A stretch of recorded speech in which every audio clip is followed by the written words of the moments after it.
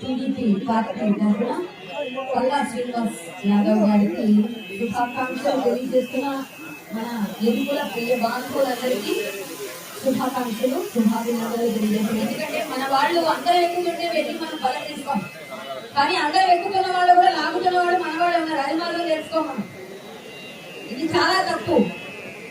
ముందు మనం శ్రీకృష్ణుని వారసులం, అంటే రాజకీయ దురంధరుడు. శ్రీకృష్ణుడు మొత్తం గీతాచార్యుడిగా మనం కీర్తిస్తాం. శ్రీకృష్ణుని వారసులు యాదవులకి దమ్ము ఎక్కువ, ధైర్యం ఎక్కువ, నీతిగా ఉంటారు, నిజాయితీగా ఉంటారు. మాకు దొంగ మాటలు లంగ మాటలు రావని ఎప్పుడో చెప్పిన.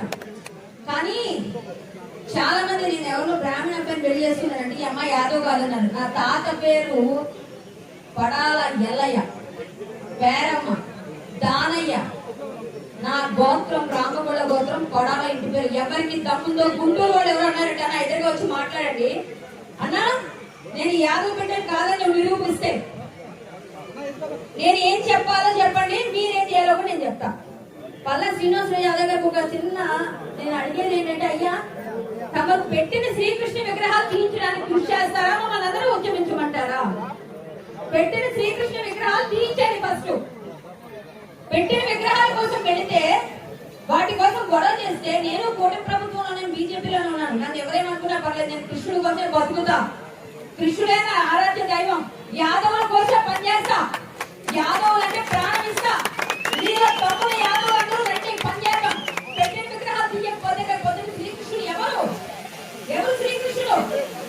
మన యాదవులందరూ కలిసి వెళ్ళి పరాయి పార్టీకి తొత్తుగా ఉండి మన కృష్ణుడికి ద్రోహం చేస్తున్న వాళ్ళు ఎవరు ప్రశ్నించాలి? మనమేనా? కనీసం ఆలోచించరా?